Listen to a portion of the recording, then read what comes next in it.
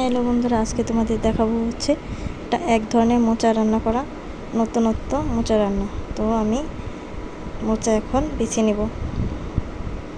মোচা কীভাবে বাছতে হয় তোমরা ভালোভাবে লক্ষ্য করে দেখবে। প্রথমে আমি মোচাগুলো এভাবে ছাড়িয়ে নেব।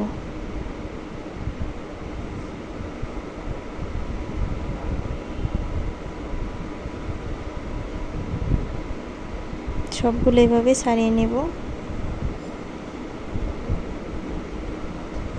আর তোমরা অবশ্যই মোচা কাটার আগে পানিতে বা জলে একটু হলুদ গুলে নেবে, তাহলে মোচা কালো হবে না। এখন দেখছো কিভাবে পাচ্ছি, এই যে এই শক্ত ডাঁটটা ফেলে দেবে, তাহলে এগুলো কি হয়, সিদ্ধ হয় না, হজম হয় না। সাথে একটা পাপড়ি আছে, ওইটাও ফেলে দেবে। তো এভাবে আমি সবগুলো বেছে নেব।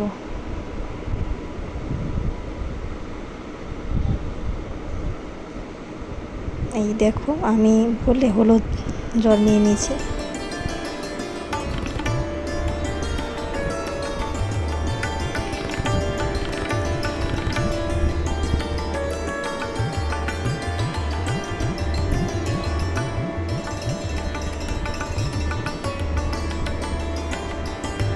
এভাবে কুচি কুচি করে নিতে হবে।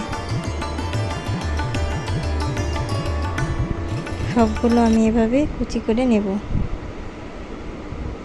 আর এই পদটা বানানোর জন্য কুচি কুচি করে কাটতে হবে। এই দেখো, কালো হয়ে যায়নি।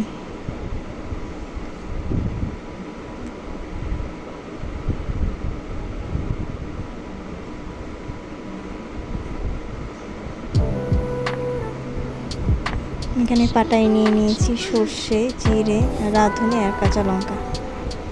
এই দেখো, এখন লবণ দিয়ে দেব, হলুদের গুঁড়া,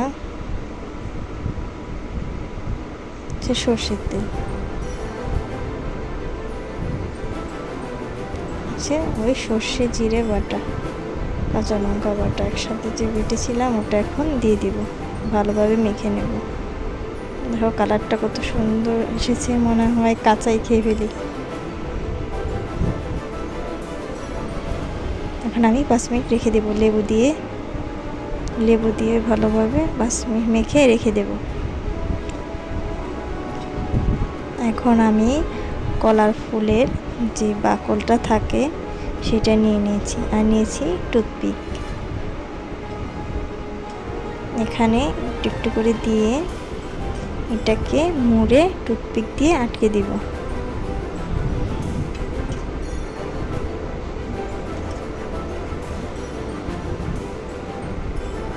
কি দারুণ দেখাচ্ছে, তাই না? আসলে খেতেও কিন্তু অনেক মজা।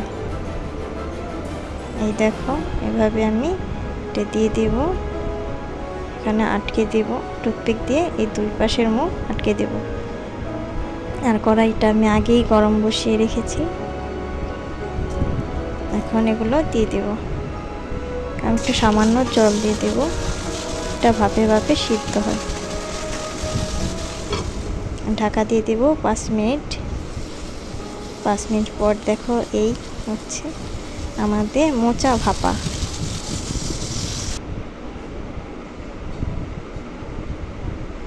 এটা মোচা পাতুরি অনেকে বলে। দেখেছো কি সুন্দর কালারটা এসেছে, জিভে জল এসে পড়েছে এখনই আমার। ওয়াও, ভালো লাগলে অবশ্যই সাবস্ক্রাইব